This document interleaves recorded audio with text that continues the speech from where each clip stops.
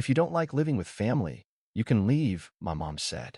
I paid $11,400 in monthly bills while they lived rent-free in my house for 10 months. I cooked, cleaned, even gave up my office for my brother. When I asked for space, she said, "We're your family. Act like it." That night, I slept in the car. At dawn, I made a single transfer. She didn't know it, but she had just signed her own way out.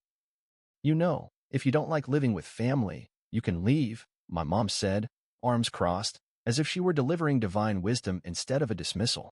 I stared at her, still holding the bag of groceries I just hauled up 3 flights of stairs in the pouring rain. My hoodie was soaked, my knees ached, and my phone buzzed nonstop with work messages I hadn't answered all day because I'd been cleaning the kitchen after my brother left it looking like a frat house sink. And that was her response, her idea of resolution. No thank you for the food. No sorry for yelling last night when I asked for privacy in the one room I technically still had. Just that. You're lucky to have a roof over your head, she added, turning her back like she'd just dropped the mic. I paid for the roof. $11,400 over 10 months. That's what I'd covered: rent, Wi-Fi, water, gas, groceries, streaming subscriptions, the entire electric bill when they forgot to pay it last winter. They lived in my apartment. My name was on the lease. My credit was at stake. But they called it our place, and somehow that meant I owed them more. And the worst part? I let them. I gave up my home office so my brother could game in peace. I cooked dinner 5 nights a week. I vacuumed. I even paid for Mom's allergy meds when she said she didn't feel well but didn't want to bother the insurance. I did all of that. Quietly. Because that's what family does, right?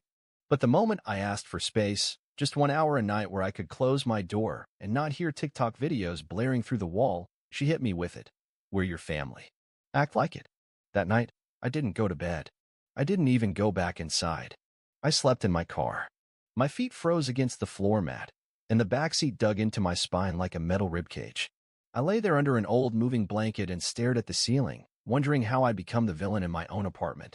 At dawn, I got out, walked to the 24-hour gas station, and bought a coffee with the last $5 in my Venmo.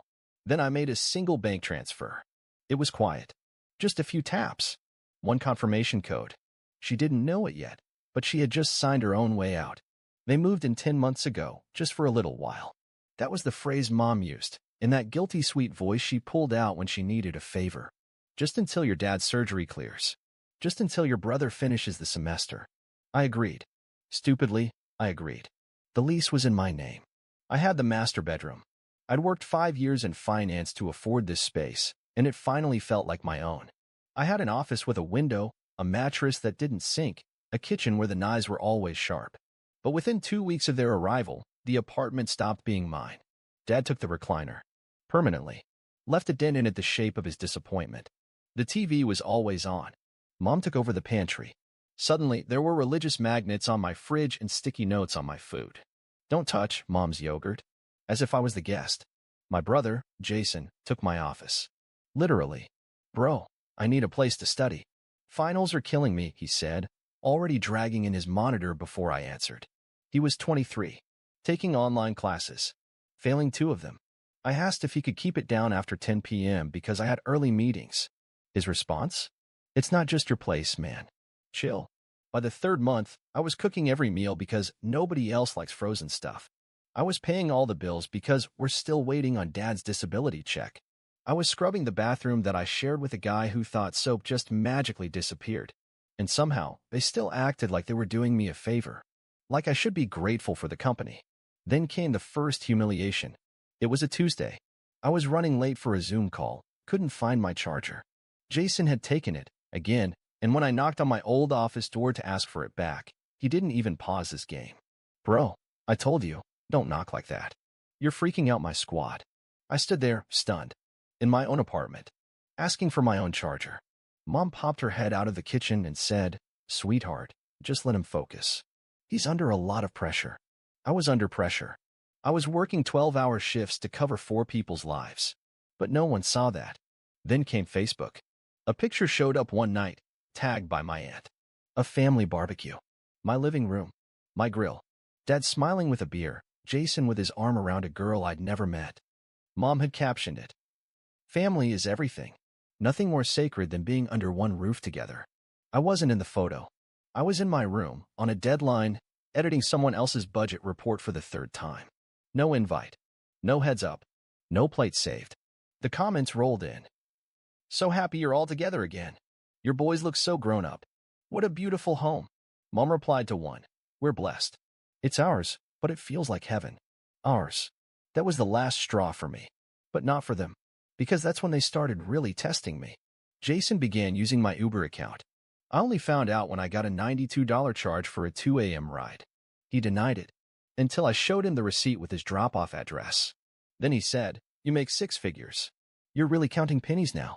I asked Mom about it. She sighed. You know how hard it is for him to ask for help. Just let it go. Then Dad stepped in. You're getting bitter, he said. I didn't raise you to be selfish. I didn't respond. I was too busy checking my savings account, watching it drain like a slow leak. Then came the worst part. The family group chat. It started small, Jason sending memes, Mom posting blurry photos of the cat, Dad trying to be funny. Until one night, I found this. A picture of me, asleep at my desk, taken through the crack of my door. Captioned, look at this guy. Works all day and still can't afford to move out. Dozens of laughing emojis. A reply from my cousin. Bro looks like a sad office NPC. Someone even made a GIF. I stared at it. For 20 minutes, I didn't blink. I walked into the living room, phone in hand. Jason was laughing at something on his screen. Mom was crocheting. Dad had his feet up. I said, who took this? No one answered. I repeated, who took the photo? Jason shrugged. Relax, man. It's just jokes. Dad didn't even look up. Don't act like a baby. It's family. Then Mom, sipping tea like it was wine. You're always so sensitive. Maybe if you got more sleep, you wouldn't look like that. That night, I checked the lease. The lease they never read. The lease I held. And I realized something chilling. Not only did they treat me like a servant, they thought I couldn't or wouldn't do anything about it. The next day, I found my external drive. Inside it, a folder I'd forgotten I started during lockdown. Screenshots, spreadsheets, voice notes, rent receipts, audio recordings. Like the one from March where Mom said, don't tell him we used the rent money for Jason's laptop. He'll just get dramatic. I saved everything. Then I checked the shared Wi-Fi router logs. Jason had been using my email to apply for crypto accounts. I confronted him. He denied it. Until I played a voice memo from a customer service call. His voice. My name. They crossed the line. But I wasn't going to scream. Not yet. I just backed up the files. Sent a few copies to a lawyer friend. One to my own cloud. Another to a private email only I could access. And then I did something else. I messaged our landlord. I told him I'd be moving out at the end of the month. Not alone, but with the lease. He didn't know it yet, but Jason had just lost his gamer cave. Mom was about to lose her yoga nook. Dad was going to lose his recliner and his cable. And when they asked why, I'd show them the photo, the caption, and every emoji that followed. The knock came at 7:18 a.m. Too early for anyone in this house to be awake. I was already dressed, coffee in hand. I'd been waiting for this moment for 2 weeks. Jason stumbled out of my old office, hair a mess, eyes puffy. Bro, can you get that? I was up late. You might want to be up now, I said. He blinked. What? Then the second knock came. Louder. Behind it stood 3 people. Mr. Collins, my landlord, khakis and clipboard in hand. Officer Romero, city badge, calm but firm. A woman in a navy blazer, someone from the housing board. Jason opened the door and nearly dropped his Red Bull. Good morning, Mr. Collins said, not smiling. I'm here to inspect the premises per tenant complaint. Jason looked back at me. Complaint? He asked, his voice already cracking. Yeah, I said, stepping forward. Apparently someone filed a complaint about illegal activity and tenant abuse under my name. I didn't flinch, because I knew who did it. 3 nights ago, I got an email from the rental board. A report had been filed accusing me of overcrowding, verbal abuse, and theft. Anonymously, of course. But guess whose IP address matched the one tied to the complaint? Jason's. I had the full server trace printed and clipped in a folder. That folder was now in Mr. Collins's hands. Officer Romero turned to me. You're the leaseholder? I nodded, already pulling out my driver's license and lease copy. Yes, sir. Leaseholder. Utilities under my name. Rent paid on time every month. I've got bank statements if you want them. He glanced at Jason. And these people live here. How? Jason hesitated. We're family. They're not on the lease. I cut in. Not one of them. Collins flipped to the tenant list. Correct. Only one name here. Yours. That's when the yelling started. Mom came out of the bedroom in her robe, hair in curlers. What's going on? Why are strangers in my house? Your house. Collins said sharply. Ma'am, this unit is leased to your son. He's the only legal occupant. You are, in fact, here without authorization. She blinked, stunned. But we're family.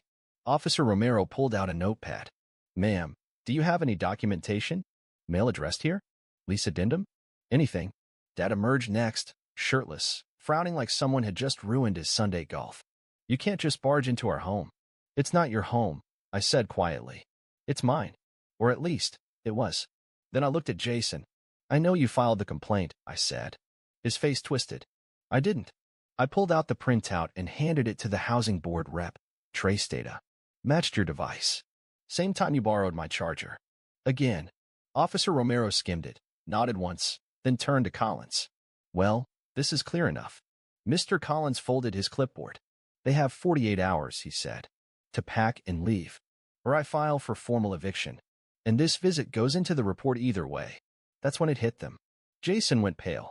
Mom dropped onto the couch like her bones gave up. Dad's fist curled. You're destroying your own family, he barked. No, I said calmly. You destroyed it the night you laughed at me in the group chat. The night you posted my face online like a joke.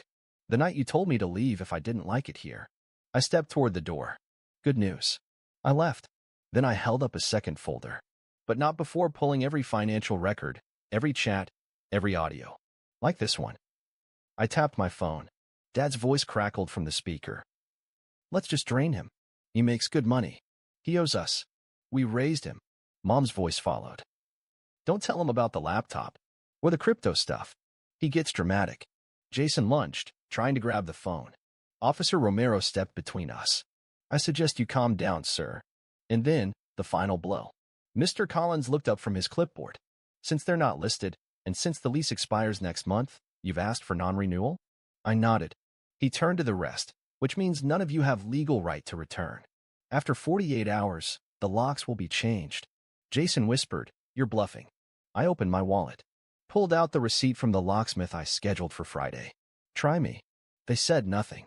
So I walked to the door, hand on the knob, and paused just long enough to look back. You said I could leave. I opened the door. But you're the ones who will be packing. Click. The door shut behind me, and I didn't look back. The first transfer came in at 3:12 a.m. $3,000. Cinder, Mom. Note. For everything. Hope it helps. I didn't smile. I didn't get angry. I took a screenshot, saved it in a new Google Drive folder, and renamed it. Dead accounts. The second came at dawn, $600.